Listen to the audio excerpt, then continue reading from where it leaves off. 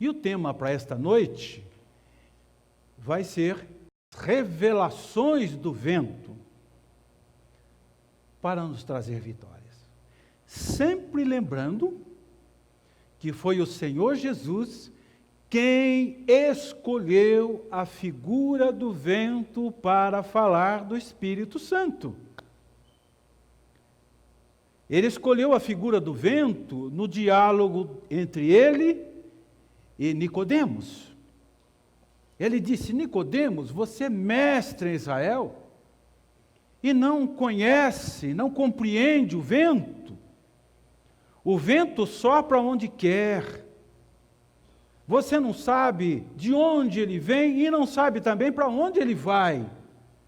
Tudo o que você precisa fazer é ouvir a sua voz. Assim são todos os nascidos do Espírito. Que é nascido do Espírito é espiritual, que é nascido da carne é carne. Então nós estamos usando a figura do vento. E no início desta palavra, nós vamos ver 2 vídeos bem curtos. O primeiro vídeo vai ser o testemunho de alguns irmãos voluntários, falando da bênção que tem sido essa busca do Espírito Santo em suas vidas, nos seus lares, esta experiência que eles estão vivendo com o Espírito Santo, nesses dias, nas suas casas, no trabalho, com seus filhos, familiares. E outros irmãos poderão também fazer isso. Depois desse primeiro vídeo, no segundo, nós já vamos fazer uma introdução com a sinopse de um filme. Então vamos ver o primeiro vídeo? É a história de um adolescente de 13 anos chamado William. Ele vivia na aldeia de Malawi, aldeia mais pobre do Congo. No ano de 2010 houve uma fome avassaladora por causa da seca neste lugar. Muitas vidas foram dizimadas, cerca de quase 10.000 pessoas, entre homens, mulheres e crianças. O maior drama na vida de William foi quando ele foi expulso da escola porque seus pais não podiam mais pagar a mensalidade. E ele era apaixonado pelos livros. E ele tinha uma paixão muito grande pelo vento. E ele começou a entrar escondido na biblioteca para pesquisar sobre o vento, para estudar sobre o vento. E um dia a diretora descobriu e disse que ele não podia entrar na biblioteca, porque a biblioteca era só para os alunos que podiam pagar a escola. Mas ela ficou com pena dele e deixou com que ele continuasse estudando. Estudou tudo sobre energia eólica, bombeamento de água através do sistema de Monjoli, sistema de moinhos. Aprendeu tudo que podia aprender. E aí ele fez o desenho de um moinho, usando peças encontradas no lixo. Peças de bicicletas, de trator, carros. E foi uma grande emoção quando ele conseguiu, através de um moinho caseiro, ver a água brotar do chão, regar a terra e ainda acender algumas lâmpadas com o dinamozinho da bicicleta do pai que ele colocou lá em cima. Um menino que descobriu o vento. Eu pedi muito a Deus que mostrasse na palavra de Deus alguém que se identificasse com esse menino. E depois de algum tempo, Deus tocou o meu coração. E eu descobri que na Bíblia nós também temos um profeta do vento. Um homem que também descobriu o vento. E que passou pela mesma experiência de seca, de fome, de sede que esse menino. Então vamos olhar isso na palavra de Deus, no primeiro livro de Reis, capítulo 18, versículos de 41 a 46. Primeiro livro dos Reis, capítulo 18, versículos de 41 a 46. Elias ora para que chova. Então disse Elias a Acabe: sobe, come, bebe, porque já se ouve ruídos de abundante chuva. Subiu Acabe a comer, a beber. Elias, porém, subiu ao cimo do Carmelo e, encurvado para a terra, meteu o rosto entre os joelhos e disse a seu moço: sobe e olha para o lado do mar. Ele subiu, olhou e disse: não há nada. Então lhe disse Elias: volta, e assim por 7 vezes. A 7ª vez disse: eis que se levanta do mar uma nuvem pequena, como a palma da mão do homem. Então disse ele: sobe e dize a Acabe: aparelha o teu carro e desce para que a chuva não te detenha. Dentro em pouco os céus se enegreceram com nuvens e vento, e caiu grande chuva. Acabe subiu ao carro e foi para Jezreel. A mão do Senhor veio sobre Elias, o qual cingiu os lombos e correu adiante de Acabe até a entrada de Jezreel. Dentro de pouco os céus se enegreceram com nuvens e vento. Eu gostaria de fazer algumas comparações entre o menino que descobriu o vento e o profeta Elias. Depois de 3 anos e meio de fome, de seca em Samaria, Tiago trata essa questão no capítulo 5 da carta. Elias foi desafiado a subir no Monte Carmelo, orar, clamar por 7 vezes. E ele desafiou o vento, para que o vento soprasse aquela nuvenzinha do tamanho da mão de um homem, e dissolvesse aquela nuvem, fizesse com que aquela nuvem reproduzisse água, chuva. Uma torrente de água desceu, regou a terra, salvou Samaria, salvou seu povo, através do vento, que soprou a nuvem para fazer chuvas. Já o menino que descobriu o vento,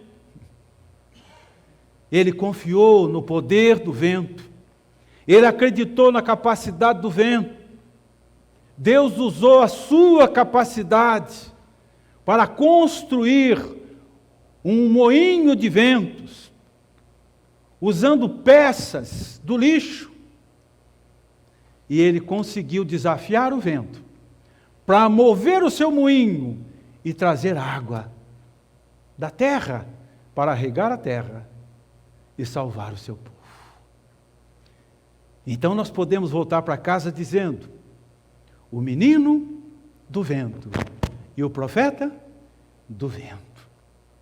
E eu gostaria de usar a experiência de ambos para fazer algumas aplicações nessa noite sobre as revelações do vento, para nos trazer vitórias no nosso dia a dia, sempre lembrando que o vento é o Espírito Santo, é aquele que sopra sobre nós. E olhando para a experiência de ambos, do menino que descobriu o vento, Elias, em primeiro lugar nós podemos dizer que o vento sopra, ele sopra para trazer vitórias a nós, através da nossa fé, através da nossa própria fé. Tudo é possível ao que crer, disse Jesus. Jesus compara a nossa fé como um grão de mostarda, e diz que se a nossa fé for do tamanho de um grão de mostarda, nós poderíamos mover montanhas. E quando ele quis um modelo de fé, autêntico de fé, ele chamou uma criança, talvez um adolescente como William, e disse: quem não se tornar como esta criança, não pode entrar no reino de Deus, porque a fé de uma criança é uma fé autêntica, é uma fé pura, é uma fé sincera. como daquela criança que acompanhou os pais lá no norte e nordeste, quando foi orar pedindo chuvas, e levou uma bronca porque a criança levava o guarda-chuva. Mas a criança acredita. Nada pode abater a fé de uma criança. E eu gostaria de mostrar aos irmãos algo extraordinário que o vento realizou para ambos, tanto para Elias como para o menino que descobriu o vento. Elias era um profeta. Elias subiu naquela montanha como um profeta. Ele clamou como profeta, desafiou o vento como profeta. Ele fez com que o vento soprasse aquela nuvem, dissolvesse aquela pequena nuvem do tamanho da mão de um homem e desabasse uma tempestade para salvar a terra depois de 3 anos e meio de seca. E o menino não era um profeta, mas ele tinha uma fé autêntica. E ele usou a sua fé pura e eficaz para construir aquele moinho e acreditar que o vento iria mover o seu moinho e fazer brotar do chão seco água para salvar o seu povo, salvar a sua gente. Depois disso, ele ganhou uma bolsa de estudo para estudar nos Estados Unidos e se tornou um grande homem da ciência. Depois disso, muitos vizinhos também começaram a fazer moinhos de vento caseiro. Ambos foram agraciados pela chuva, pela água. Mas eu gostaria de dizer aos irmãos que a pior de todas as secas é a sequidão espiritual. E o mundo hoje está enfrentando uma sequidão espiritual tão grande, tão profunda. E nós, como mensageiros do vento, nós temos esta mensagem para pregar ao mundo, e a nossa mensagem como mensageiros do vento é dizer ao mundo que Jesus é a fonte da água viva. E que todas as fontes de prazeres deste mundo estão estagnadas. Mas aquele que beber da água que ele der, nunca mais terão sede. E do seu interior fluirão rios de água viva. Nós temos essa mensagem. O Espírito Santo de Deus, no Salmo 84:6, ele pode transformar vales áridos em mananciais. Mas para isso, nós precisamos mover o moinho da nossa fé. Primeiro, nós precisamos saciar a nossa sede em casa, na família, para que nós possamos sair por aí como mensageiros do vento, dizendo que Jesus é a fonte de água viva. Mas será que nós estamos saciados? Quem sabe você nessa noite precisa fazer a oração do salmista, do Salmo 42 que nós lemos? Como o servo anseia por água sedenta, assim minha alma suspira por ti, ó Deus. Peça para o Espírito Santo soprar, mover o moinho da sua fé. Tudo é possível ao que crer. O Espírito Santo, como o vento, ele sopra para trazer vitórias para nós, através da nossa própria fé. Em segundo lugar, nós podemos dizer que o vento sopra para nos trazer vitórias através das nossas provações, através das nossas tribulações. E quando o vento do Espírito Santo sopra sobre nós, ele produz 3 coisas que são fundamentais para enfrentar, resistir às nossas provações. O Espírito Santo, ele produz em nós perseverança, ele produz em nós motivação, e ele produz em nós atitude. E eu estou muito feliz porque os irmãos estão tendo atitudes. Agora eu quero ler mais a Bíblia, agora eu quero orar mais, agora eu quero estar mais em comunhão com a igreja. E esta é a obra que o Espírito Santo de Deus, ele quer produzir em nossas vidas e em nossas casas. Tiago, na sua carta, então ele começa logo no primeiro capítulo, dizendo: tendes por motivos de alegria, ao passardes por várias provações. Porque a provação da vossa fé, uma vez firmada, ela produz perseverança, ela produz motivação, ela produz atitude. Irmãos, não se forma um crente espiritual, um homem de fé, uma mulher de fé num spa. Todos nós gostaríamos de ir para um spa.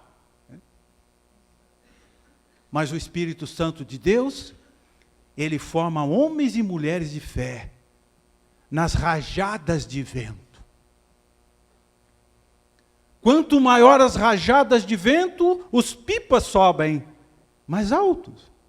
Quanto maiores as rajadas de ventos, de tribulações, de provações, o Espírito Santo nos impulsiona para o céu. Nós oramos mais, nós tomamos atitudes e começamos a buscar mais a Deus nesses momentos difíceis. Motivação, atitude. Eu não sei se vocês conhecem a fábula do coelho e da rã. Diz que uma rãzinha caiu dentro de um buraco e ela não conseguia sair. E a rãzinha então ficava pulando, tentando sair do buraco e não conseguia. E o coelho então disse para a rã: olha, vamos fazer o seguinte, você fica aí no buraco, eu vou procurar ajuda. Eu vou procurar socorro. E quando o coelho saiu para procurar socorro, e olhou para trás, ele teve uma surpresa. A rãzinha vinha atrás dele pulando. Ele disse: ué, você não estava lá dentro daquele buraco, presa, sem conseguir sair? Como é que você conseguiu sair? A rãzinha disse para ele: olha, o tamanho da carreta que ia passar em cima do buraco onde eu estava. Atitude. Na hora da tribulação, da provação, o Espírito Santo de Deus, ele nos força a tomar atitude. Olha, gente, vamos orar mais, vamos jejuar, vamos buscar. É uma motivação, a provação. Um crente cheio do Espírito Santo, ele não encara as suas provações com murmurações. Ele encara como uma motivação para tomar atitudes na vida espiritual, na sua relação com Deus, para crescer. Eu li uma história muito engraçada até, não? Essa semana, eu pensei, será que eu conto ou não conto? Eu vou contar para os irmãos. Uma senhora de 78 anos, solteiríssima, mas que não perdia a esperança de casar. 78 anos. Ela dizia: eu vou casar. Né? E ela lutava. Não é que de repente apareceu um partido para ela? Apareceu um partido para ela.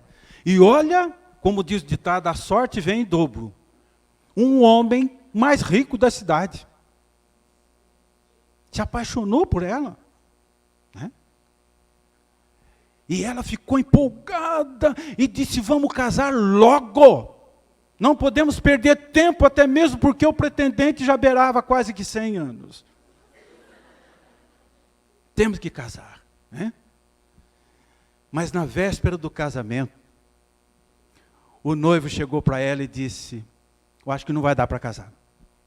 Ela ficou sem chão. Mas por quê? Ele disse: porque você fuma. Eu tentei, mas eu não vou conseguir conviver com uma mulher fumante. Não vai dar. Mas você podia se esforçar um pouco. Ele disse: não tem jeito. Cada vez que você me dá um beijo, eu tenho que fazer gargarejo em casa. Um beijo a essa idade já é uma coisa meio, né, dinossaureana, né? Ainda, com cigarro, com nicotina ainda. Deve ser uma coisa difícil. Né? Mas olha, Poucos dias depois, ela aparece lá e disse: eu quero fazer um voto. Nunca mais eu coloco cigarro na minha boca. Podemos casar. Se um dia eu colocar cigarro na minha boca, você pode pedir o divórcio. A provação, a tribulação, traz motivação, atitude. Mas isto são virtudes para o crente cheio do Espírito Santo. Ele não murmura. Quanto maior a rajada de vento, ele disse: é agora que eu vou orar. Eu vou subir, eu quero estar perto de Deus. 3 anos e meio de seca. Foi a motivação que Elias encontrou para subir naquela montanha. Orar, insistir com Deus. 7 vezes. Até fazer com que o vento dissolvesse aquela nuvem. E transformasse em água para salvar seu povo. Foi a morte de milhares de pessoas que motivou o menino a acreditar no vento, a construir o seu moinho e trazer água para o seu povo. O Espírito Santo de Deus, quando ele sopra só para nos trazer vitórias. E muitas vezes as vitórias vêm através das provações, ainda que nós não gostemos de provações. Por isso é que Tiago diz que devemos ter motivo de alegria. Porque depois da provação, aí vem a bonança, aí vem as vitórias que Deus tem para nós. Uma terceira vitória, uma terceira revelação do Espírito Santo, é que ele sopra para nos trazer vitórias, através também das nossas superações. É importante lembrar que Deus não criou o homem para viver prostrado, o ser humano para viver prostrado.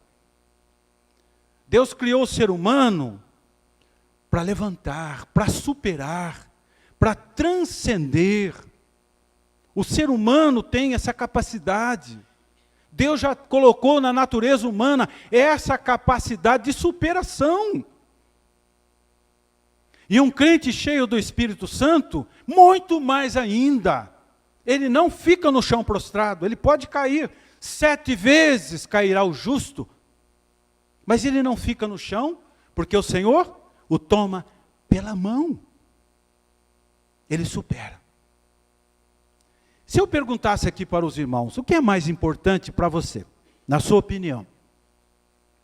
O sucesso ou a capacidade de superar fracasso? É uma pergunta que se faz muito aí nos cursos de coaching, né, de motivação profissional. Né? O que é mais importante para você? Sucesso ou superar fracassos? A maioria das pessoas vão dizer: olha, é mais importante sucesso. Nós queremos sucesso. As pessoas respiram sucesso, dão tudo pelo sucesso, a qualquer custo, a qualquer preço. Mas para um crente cheio do Espírito Santo é muito mais importante capacidade para superar fracasso. Porque a vida, ela é feita de sucessos e fracassos. E muitas vezes nós preparamos os nossos filhos só para ter sucesso.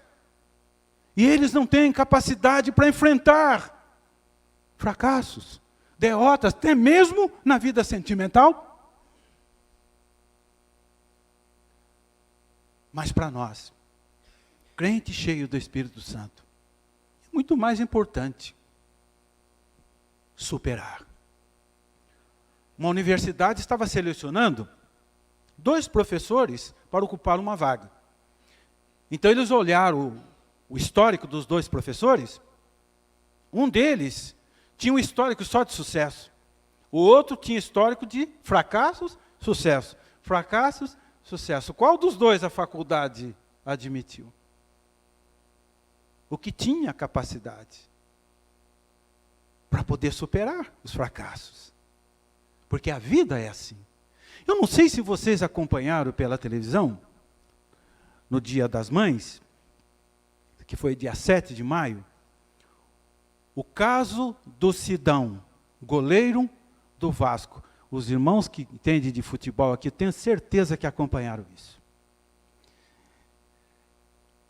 Essa história ficou conhecida como o caso do Sidão. Me chamou muito a atenção o caso do Sidão. Sidão, goleiro do Vasco. O Sidão havia acabado de perder a mãe. E aí chegou o dia das mães, ele foi jogar. E ele quis, então, prestar uma homenagem à sua mãe. Então ele escreveu uma mensagem bonita na camisa. E falou, hoje eu quero fazer uma bela partida de homenagem póstuma à minha mãe. E foi jogar. Mas ele não foi feliz naquela noite, 7 de maio. Ele levou 3 gols. Foi uma péssima partida. E o Vasco perdeu. Por coincidência, naquela mesma noite, de 7 de maio, a Rede Globo lançou um concurso para o melhor jogador daquela noite, daquela partida. E os internautas decidiram fazer uma chacota com o Sidão, fazer um bullying com ele. E todos começaram a votar. Melhor jogador foi o Sidão, melhor jogador foi o Sidão. Todos votando, votando, votando. E o Sidão ganhou. Quando acabou a partida, a repórter, a jornalista, foi entregar o troféu para ele. E quando ela entregou o troféu para ele, ele abaixou a cabeça, agradeceu, saiu e a repórter ficou chorando. Naquele momento houve uma comoção, quase que nacional, no mundo do esporte, né? Os comentaristas de futebol, os próprios jogadores, lançaram imediatamente uma campanha. Força, Sidão. Perdão, Sidão. Desculpem, Sidão. Hashtag Força, Sidão. Deram maior força para ele. Na semana seguinte, estava lá o Sidão. Colocou a sua camisa e fez a melhor partida da sua vida. Ele conseguiu superar. E deu uma lição em todos que fizeram bullying com ele, sem dizer uma palavra. Deus não criou o ser humano para ficar fracassado no chão, mas para poder superar, vencer. Eu não sei se os irmãos sabiam que as grandes descobertas realizadas foram resultados de fracassos. Sabiam disso? Foram frutos de fracassos. Eu poderia citar vários exemplos para vocês. Mas eu vou citar alguns que vocês conhecem. Querem ver uma coisa? O Sr. Flakes. Mas quem é o Sr. Flakes? O Sr. Flakes tinha uma fabriqueta de biscoitos, junto com a sua esposa, era sócio da esposa. E um dia, o Sr. Flakes esqueceu uma forma gigante, com fermento, com trigo fervido, lá no depósito. E ele perdeu toda aquela forma de trigo fervido. Levou uma bronca da esposa. Os irmãos que são sócios de esposa sabem como é que é isso, né? Levou uma bronca. E aí ele ficou ali no depósito olhando para aquela forma de trigo fervido. E como é que eu fui falhar nisso aqui? Passou do ponto. E do lado ali ele tinha alguns ingredientes. Ele pegou um potinho de essência de amendoim, jogou um pouquinho ali na forma e percebeu que aquilo virou umas casquinhas. Ele apanhou uma casquinha daquela, experimentou, estava saboroso. Outra. No dia seguinte ofereceu para algumas pessoas. Conclusão, ele inventou sucrilhos Kellogg's. Faturam cerca de 2 bi por ano com esses biscoitinhos. Fracasso.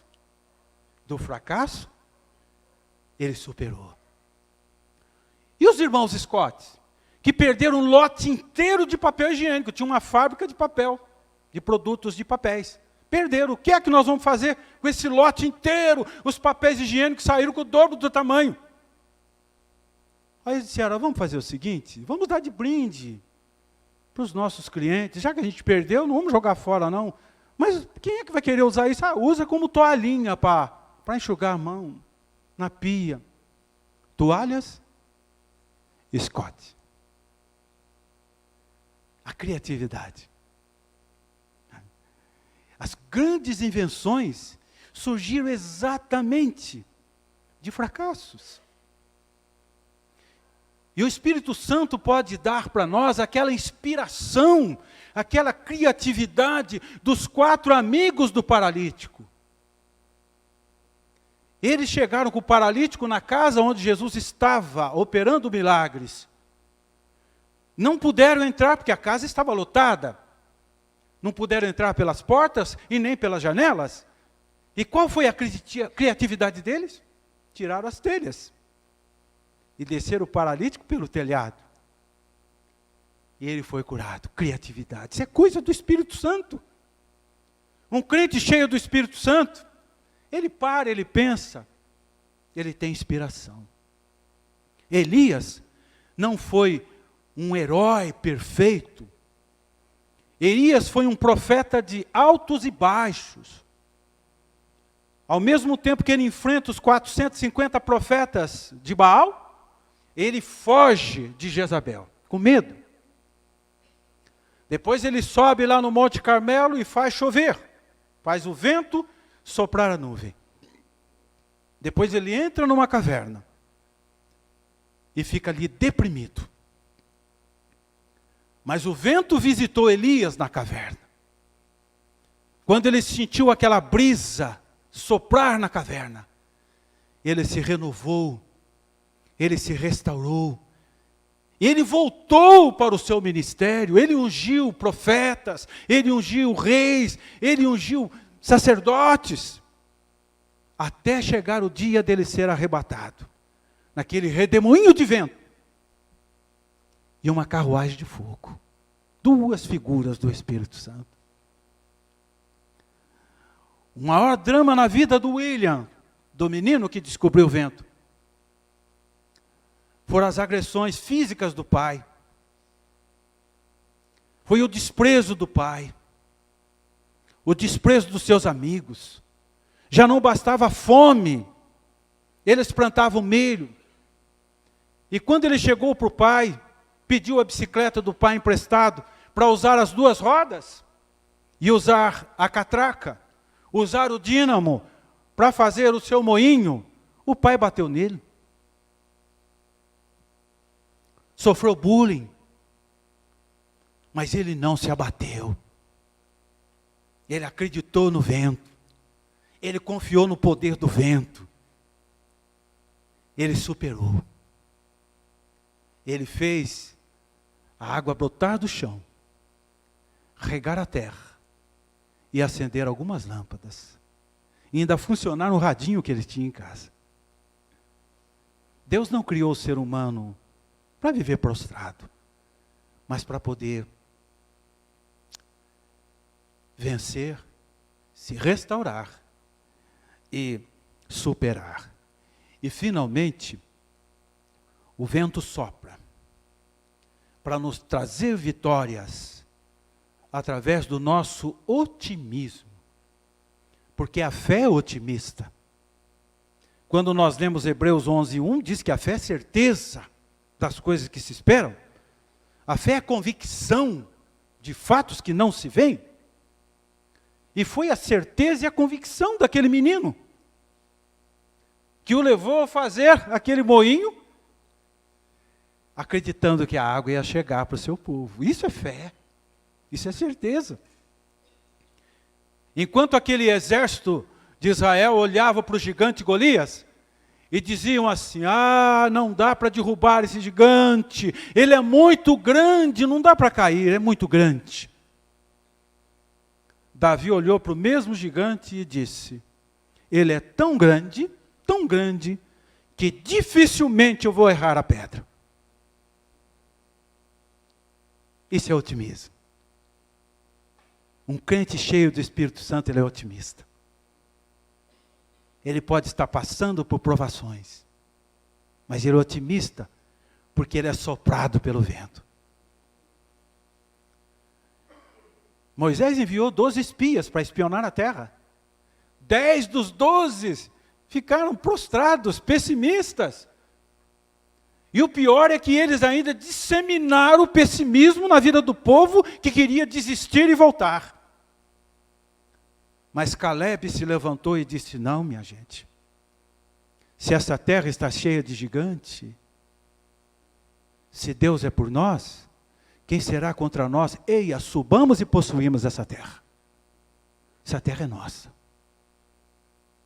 O crente cheio do Espírito Santo, ele é otimista. E eu queria concluir esta palavra com uma pergunta, né? Por que será que Deus escolheu William? Escolheu esse menino no meio de tantos outros meninos, até mesmo jovens e adultos, que havia ali naquela aldeia do Congo. Por que William? Nós podemos dizer, sem ter medo, Deus escolheu William por causa da generosidade no seu coração. Ele não pensou nele, ele pensou no seu povo. Ele pensou naquelas milhares de pessoas que não tinham comida.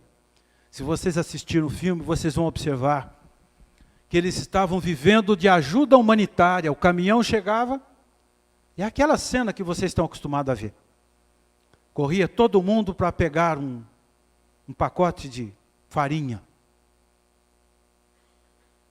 Mas ele tinha um coração generoso. O propósito do Espírito Santo de Deus é soprar na vida daqueles que têm coração generoso, que querem repartir, querem compartilhar, que estão pensando no seu povo, na sua gente. Deus usou esse menino porque ele era gracioso. Paulo diz: de graça recebei, de graça dai. E eu pergunto para os irmãos: quanto custou o vento para esse menino? Nada. O Espírito Santo é gratuito, ele sopra de graça na nossa vida. Ele sopra de graça na sua vida. E nós precisamos repartir esse vento, repartir esse poder com as pessoas, de graça. E finalmente, Deus escolheu esse menino, porque ele pediu ajuda. Ele pediu ajuda para os amigos da escola, para ir com ele todos os dias naquele lixão, para encontrar peças. Pediu ajuda da diretora para que deixasse ficar lendo ali os livros na biblioteca escondido. E finalmente convenceu o pai a dar a bicicleta para ele, cortar, serrar. Ele pediu ajuda. Sozinhos, nós jamais iremos alcançar um avivamento espiritual tão esperado. Se nós queremos um avivamento espiritual, nós temos que ajuntar. Temos que nos unir.